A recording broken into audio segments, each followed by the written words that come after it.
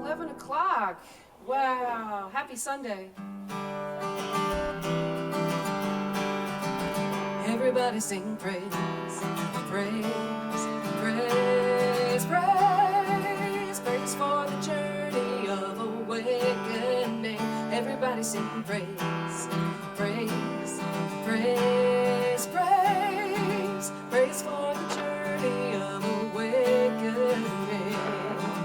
I'm on a journey of awakening to the presence of God within me, expressing peace, joy, love, and harmony on this journey of awakening.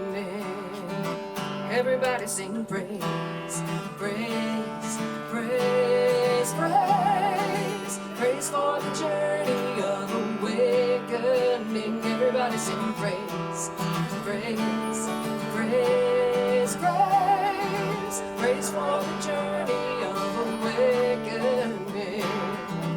I'm on a journey of awakening to the presence of God within me, expressing peace, joy, love, and harmony on this journey of awakening. Everybody sing praise, praise, praise, praise, praise for the journey of awakening. Everybody sing praise, praise, praise, praise, praise for the journey of awakening. Everybody sing praise, praise, praise, praise, praise for the journey of awakening. Everybody sing praise, praise, praise, praise, praise for the journey of awakening. Praise for the journey of awakening. Woo. Good morning. My name is Bob Schaefer, and on behalf of Rev Donna Maurer and the Board of Trustees, I am privileged to welcome you to the Sonoran Desert Center for Spiritual Living. Whoever you are, wherever you are on your spiritual path, you are truly welcome here. Here you will be validated, supported, and encouraged to be all you can be. Our vision statement is love in action, every day, in every way.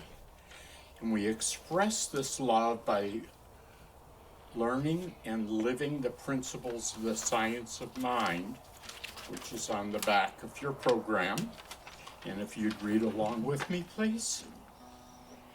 I believe there is an infinite intelligence operating throughout the universe.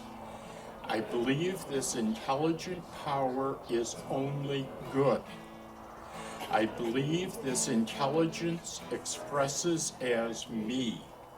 I believe through my conscious use of this power, I create my life as happy, healthy, and complete. And so it is. Okay. Do we have any first-time people here today? Who do we have returning? Okay. Sharon and Teresa. Karen, sorry. Okay. Before I do the announcements, I want to make a real special recognition. I think you know that about a month ago they had a wedding here at the Oasis. And following the wedding, there were about 150 people here. The space heaters were stolen. And that's why for 1 week we did not have space heaters here. And the new ones we have were purchased by our own Rosie Klein. And I really want to express an immense appreciation for that. because it's allowing us to continue to meet safely here at the Oasis. So it really is an important contribution that she made, and a very significant one. And we really need to thank her.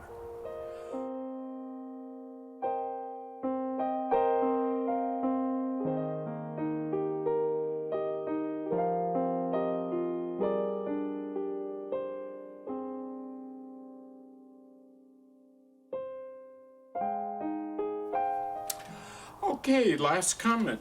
Turn off the cell phones and other noisemakers, and let's get ready to celebrate. Namaste.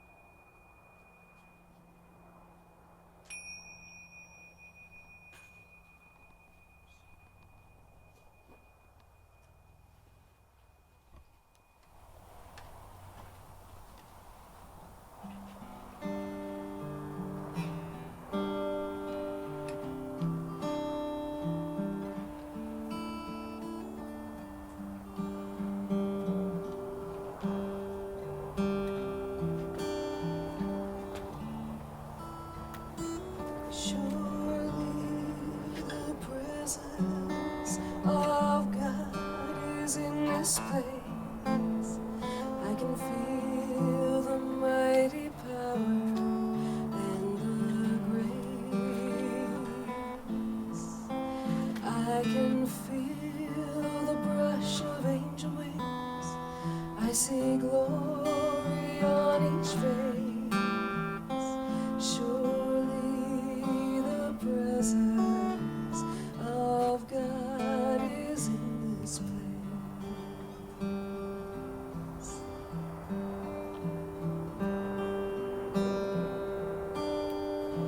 Surely the presence of God is in this place. I can feel the mighty power and the grace. I can feel the brush of angel wings. I see glory on each face. Surely the presence of God is in this place.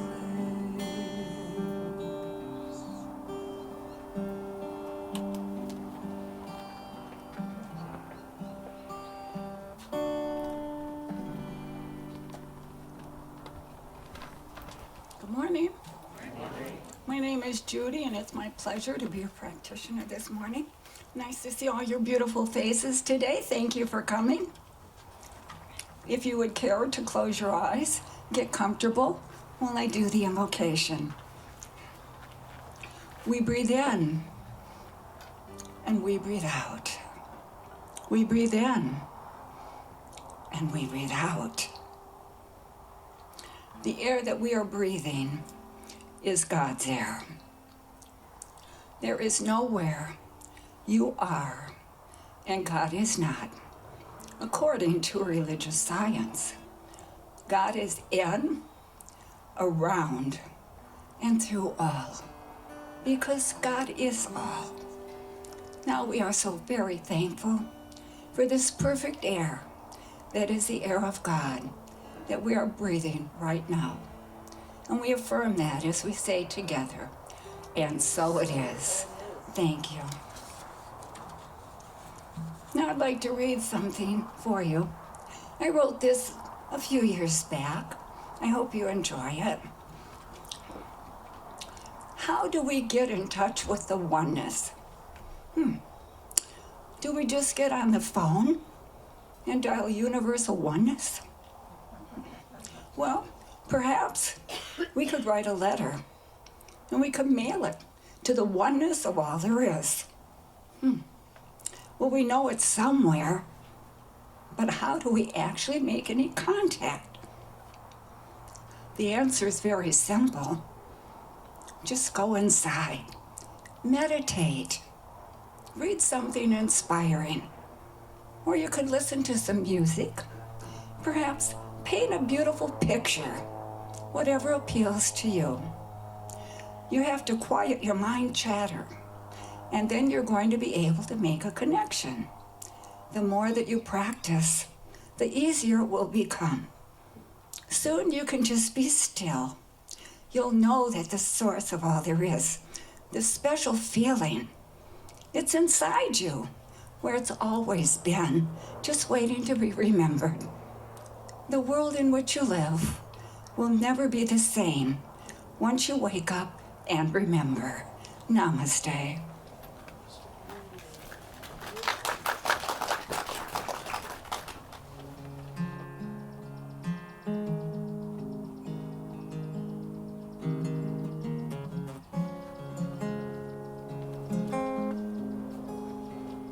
I'm reaching out to feel the infinite. I'm reaching out to feel the divine. I'm reaching out to feel the infinite. Yeah, forever is already mine. I'm reaching out to feel the infinite. I'm reaching out to feel the divine. I'm reaching out to feel the infinite. Yeah, forever is already mine. I'm reaching out to feel the infinite. I'm reaching out to feel the divine.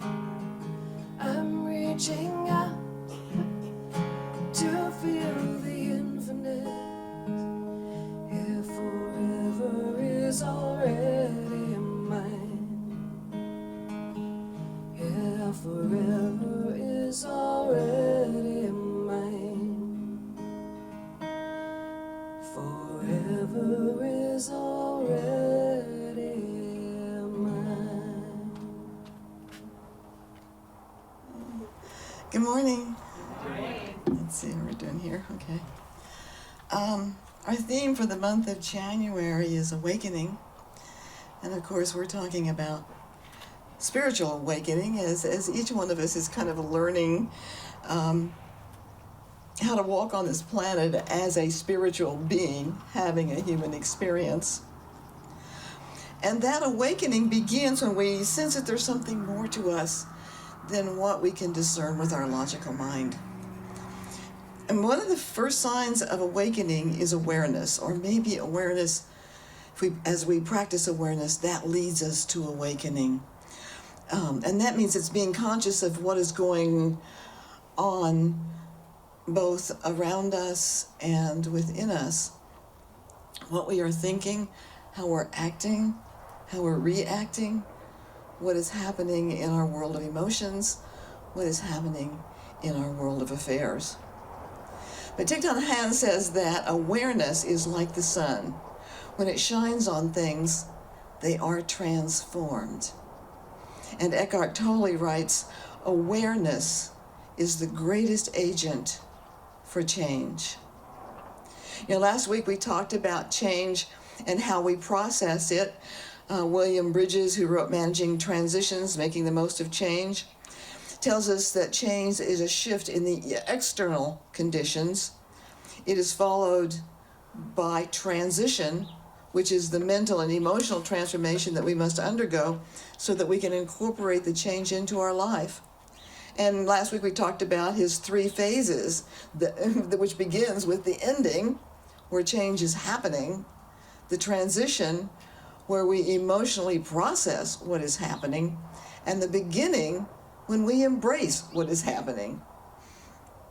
And if we understand this process as we come to any change, then we're less apt to resist it. And we're more apt to look forward to how it's going to evolve in our life. So today we're continuing that theme in a little bit different way, and my topic is at play in the fields of consciousness.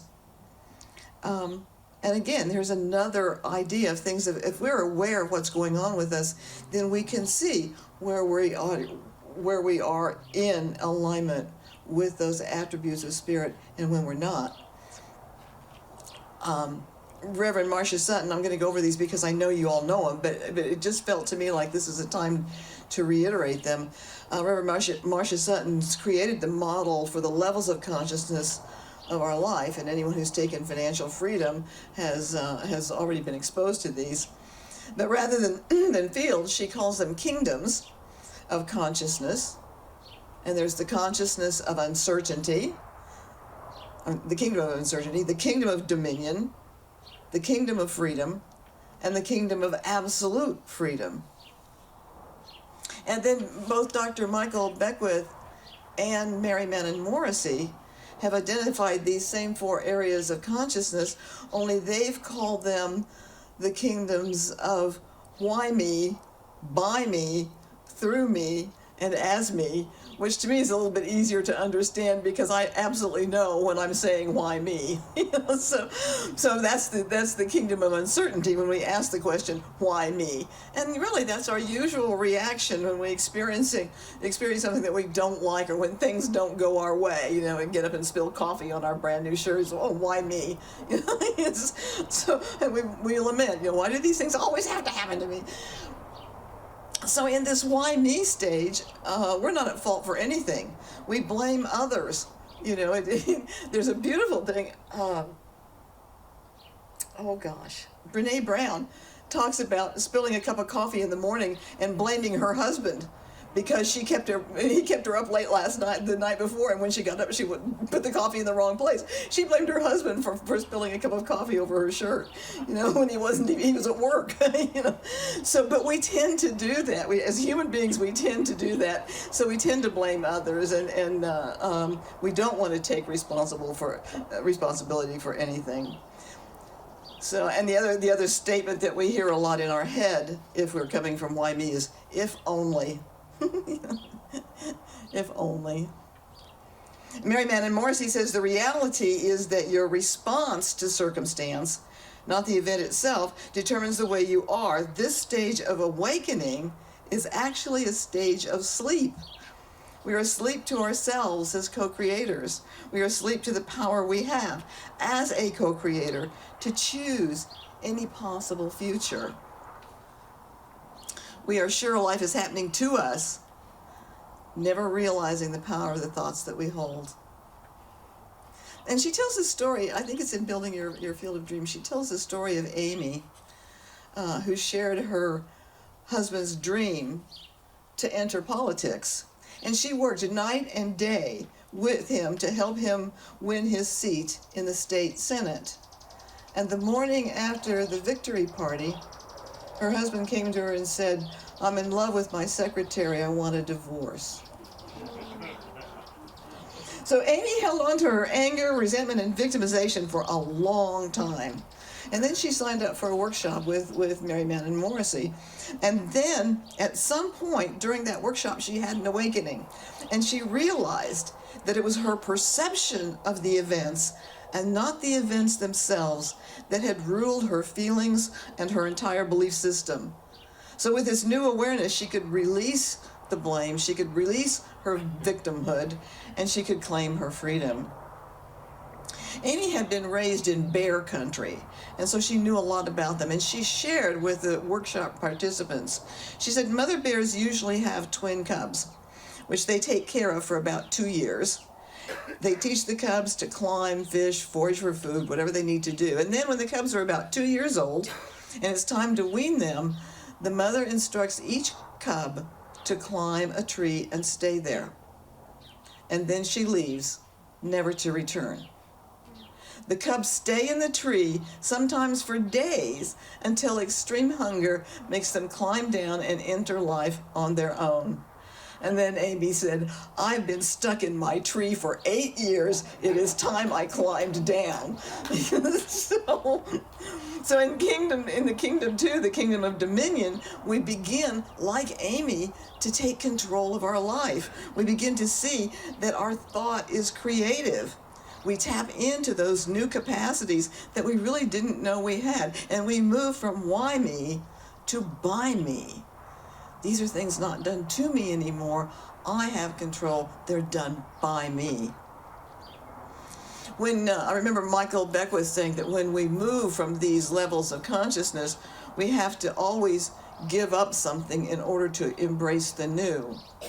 And when we move from why me to by me, we have to give up being a victim. We move to a place of personal power. But however, since we are driven now by a sense of personal power and personal will, this kingdom can be ego-driven. We can be at cross purposes in a way. At the by me level, the kingdom of dominion, we come to realize our own power to bring about things in our life. Yet deep down, we know that this power is limited. So without a higher power to turn to incorporate in our lives, by me is often a stressful and fearful way to live, even though it's much better than living as a victim. In the third kingdom, the kingdom of freedom, we begin to see things and experiences differently. In this stage, ego control is released and replaced by a profound and personal relationship with God or Spirit. Meaning and value in our life become more important than accomplishments or accumulation of things. So in this through me stage, we know that God works through us according to our willingness to listen and follow that guidance. And we find that when we trust Spirit, we're no longer attached to particular outcomes. That doesn't mean that we give up making choices. Yes, we do make choices. But we're also willing to let go of the outcome and trust that the highest and best good for ourselves and for others is what Spirit always wants for us. I had a beautiful practitioner teacher who would always end her treatment work with this or better. So if I don't get this, then I have to be assured that better is around the corner. So moving out of the by me stage, we let go of separation and see the connections between ourselves and others, between God and us. And now, rather than simply wanting our own desires to be fulfilled, we see ourselves as part of a greater connection and all that we truly are. We are God expressing as you and as me. And so our wants, rather than just centering around our own needs and wants, begin to trickle out, and we realize that we want the highest and best good for everybody. In this through me stage, we live in a field of amplified well-being. You know, there still may be unforeseen circumstances that create sorrow or sadness, but those emotions do not rule our world. We can work through them knowing that God is where we are. The fourth kingdom is the kingdom of absolute freedom, or the as me stage. And we experience this stage when we no longer see or feel any separation between God and us. And we can certainly use Jesus as our example when he said, I and the Father are one. He was truly experiencing this state of oneness, of absolutely no separation. And you and I, frankly, probably won't spend a lot of time here. It's a pretty hard place to get to. And you can't earn it, and you can't study into it. It can't be forced. Because it's really a state of grace. But we have moments when we glimpse it. There are times in everybody's life where we don't see any separation. All of a sudden, there is no me. There is only all of us, as one thing. There's only one of us here, So as we become aware of these kingdoms of consciousness, we can ask ourselves at any moment of the day, what kingdom am I playing in? You know? And if we are in kingdom 1 or 2, we can consciously choose to move into that kingdom 3. I remember a friend who was having a particularly bad week, and she was laughing because we were doing the financial freedom class together, and she said, boy, was I playing in kingdom 1 all week. And she could see then, you know, she said when she stopped to analyze her thoughts and actions, she saw how she actually helped bring on the things that she was complaining about. And this is what we do. This is being human, you know. Our founder, Dr. Ernest Holmes, says keeping personal choice immersed in the divine flow of spirit, one with it, brings to us the power Jesus used, and the works that he did become possible to us. So the most intelligent choice you and I can make is to choose to see our life as some part of God's life. To see that we are guided by the grace of God in all of our affairs, if we take time to listen to that guidance. And the beauty of this choice is that all those things that we have wanted and desired, we find that we already have. In Kingdom 1, we're leaving our lives to chance. We live in a victim consciousness. To enter Kingdom 2, we realize we must climb down from the tree. We have to give up being a victim, and we take control. But that control is tenuous at best, since it is up to us and only us. In Kingdom 3, as we let God manifest through us, we leave fear behind. We give up our belief in separation. We see our connection to God and to each other. And I believe that this is truly the beginning of our spiritual awakening, because choices that come from a place of spiritual empowerment within us are those which align us with the gifts and the attributes of God. And what we receive in return are the outpicturing of those attributes that become manifest in our world of affairs. Love becomes loving relationships. Peace becomes a sense of inner harmony and balance, and a feeling that all is well. Beauty becomes apparent everywhere. I had a rabbi friend who said the grass is greener and the sky is bluer when we are into that sense of spiritual awareness. Joy is manifested in our sense of awe, curiosity, and wonder. There's a wonderful statement, I've used it before, but I love it. It's in Deuteronomy in the Old Testament, and it says, I call heaven and earth to record this day that I have set before you life and death, blessing and cursing. Therefore, choose life, that both thou and thy seed may live. My mentor, Dr. Arthur Chang, calls this an open book test, and we've been given the answer. And Leo Biscaglia says, what we call the secret of happiness is no more a secret than our willingness to choose life. So we're always at play in the fields or kingdoms of consciousness. And it's not an upward thing. If we put if we put a square and had 4 spaces and put the kingdoms in each one of them, and then we tracked our day, it would look like a big blob, because sometimes we would be in Kingdom 1, sometimes we'd be in Kingdom 3, occasionally we touch the kingdom of absolute love. So with awareness of what they are, what those kingdoms are, and where we are within them, where are we playing within them, we can make conscious choices to move. So if we see, all of a sudden we recognize I'm filled with this victim idea, and it's certainly with the pandemic and with the political things that's happening, it's very easy to fall into that victim consciousness. Why is this happening? Why me? Why now? But we can make that conscious choice to move into, by me, I have things I can do to take control of this. And through me, I know that with God, all things are possible.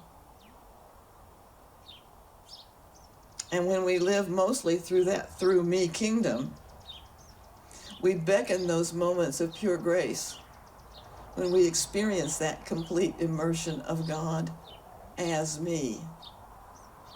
And then, with nothing to separate us, we can say with Jesus, I and the Father are one. Thank you. Namaste. Thank you.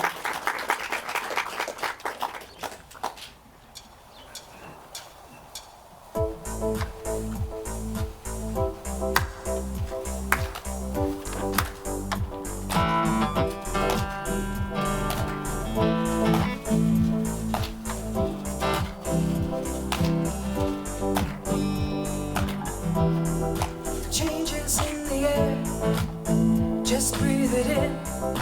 Never growing fire, stronger than it's ever been. Like a bud afraid to open, it hurts you less to bloom. So you take a leap of faith and emerge from the womb. Oh, you've been asleep for longer than you care to admit. When there's so much light, it throws the dark apart. So awaken to peace. Awaken to peace. Awaken to peace. Ooh, awaken to peace. Awaken to peace.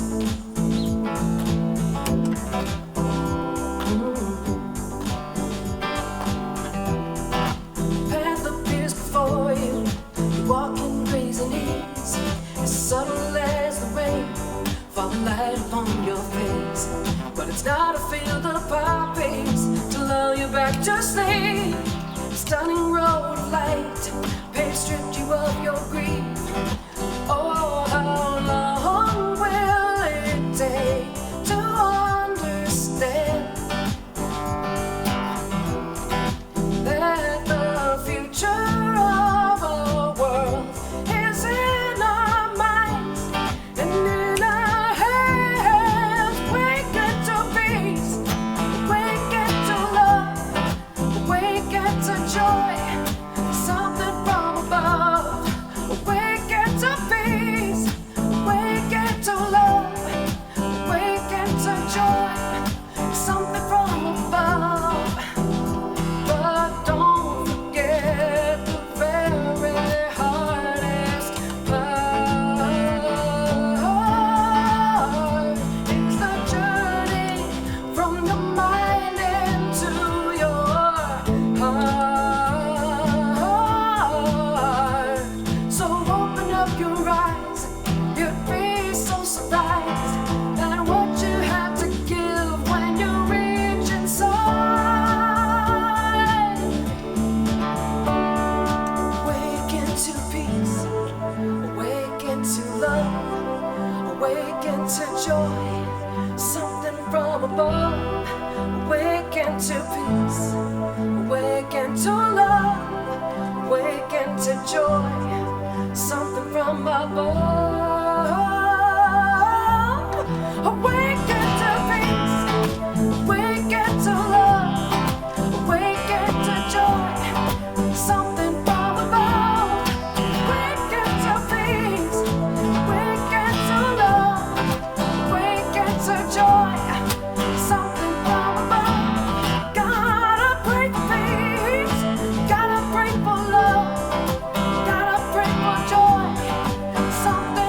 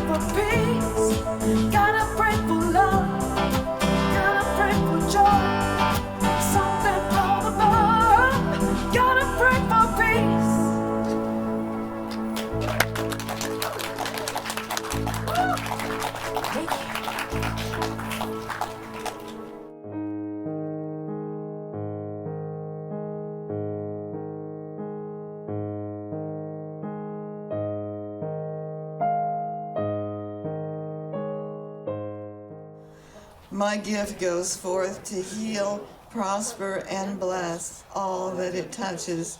It is evidence of my conviction that God is the source and substance of my supply. I share generously of my good, knowing that it returns to me multiplied abundantly, and so it is. Thank you so much. Thank you so much. And as we close out this day in the final prayer, there's an elephant in the room that I haven't mentioned, or just briefly mentioned. So I wrote my closing prayer because I wanted to share with you what's really in my heart and mind, and the difficulty that you and I have as we stand in spiritual beings, holding the high watch for this country and for the world. So in no way do I condone the events that have taken place this past week.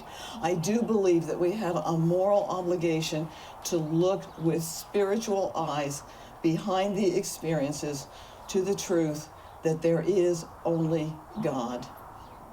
And from that place of knowing that God and I are one, I speak my word of healing right now at this moment. I speak a word of protection for anyone who is in harm's way, and declare that the power of God is greater than the power of hate. I speak a word for the leaders of our country who must pick up the pieces and make sense of what has happened. And I am truly grateful for those who are coming together in the name of truth and wholeness. I declare for those of us whose hearts have been truly broken by these events, that we dry our tears and become better people for it. Race consciousness is simply what a group of people have agreed on to be true. It can be changed when just one person or a small group shifts to declaring that love prevails. And while on the human level accountability and consequences are necessary, we as spiritual beings must also be able to see that all people are expressions of God. We cannot say that you and I are expressions of God and Hitler is not. We can't say that. So that every person who participated in damaging property and threatening lives are also sons and daughters of God. We do not condemn them, but we do condemn the choices that have been made that have come from anything other than love. So as we take a deep breath, we stand together, knowing that the love of God is not only greater than fear, it has the power to eliminate it. We stand together as we summon the better angels of our nature, put down any thought in our own mind that does not come from love, and seek to turn these events into opportunities for greater understanding, for shifting our own consciousness, and for the call to go deeper into ourselves, so that each one of us can be the change that we want to see in the world. I give thanks for the opportunity to speak my word, to be here with you of like mind, knowing that we are part of that healing process, and I release all of these words into that divine mind to do its perfect work as we say together, and so it is. Thank you. Namaste.